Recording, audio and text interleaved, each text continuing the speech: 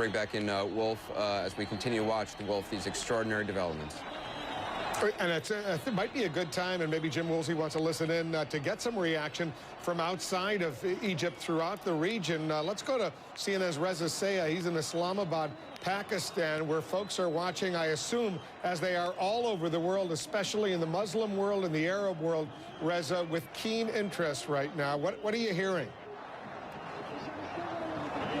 Well, Wolf, we've been monitoring reaction from Iran, not so much in Pakistan. Of course, the images we've seen today and over the past couple of weeks in Egypt remind many people of the uprising after the disputed 2009 elections in Iran. That's when Iran's opposition movement, the so-called Green Movement, emerged. And I think a lot of supporters of that opposition movement today are looking at what's happening in Egypt, the celebration in Cairo. And I think for them, it's bittersweet sentiments.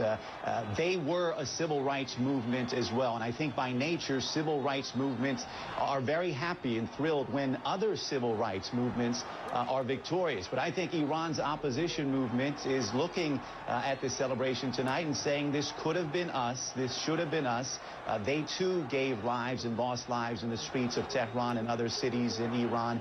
They too fought in the streets for much longer than the Egyptian movements did. But they didn't enjoy the rewards that the Egyptian people are enjoying tonight. So I think it's a bittersweet moment for Iran's opposition movement. The uprising in Egypt had created a lot of buzz in Iran. And the question, could this spark a comeback for the Green Movement that had been mostly snuffed out on the streets? And I think when you look at what's happening tonight with the resignation of President Mubarak, that's going to add fuel to the fire.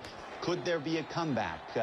Many of you already know that on Monday there's been a protest, a rally proposed for by the two leading opposition figures in Iran, Mir Hossein Mousavi and Mehdi Karoubi. Iran's hardline leadership was quick to reject it and warn everybody not to come out. So it's going to be very interesting to see what happens on Monday. Will the events in Cairo tonight spark a comeback in the streets of Tehran on Monday? If it does, if Iran's Green Movement makes a comeback on Monday, there's going to be very little doubt that it had a lot to do with the events in Egypt tonight. Yeah, those dominoes are beginning to fall. Tunisia, Egypt, what's next? Well, you heard Wael Ghonim, the revolutionary, the protest leader in Egypt, predict. Look at Facebook and you'll find out what is next. So we're going to take a closer look at Facebook, and we'll take a look and see how this plays out in Iran specifically, among other countries of the region. Reza, thanks very, very much. Let's go back to Hala.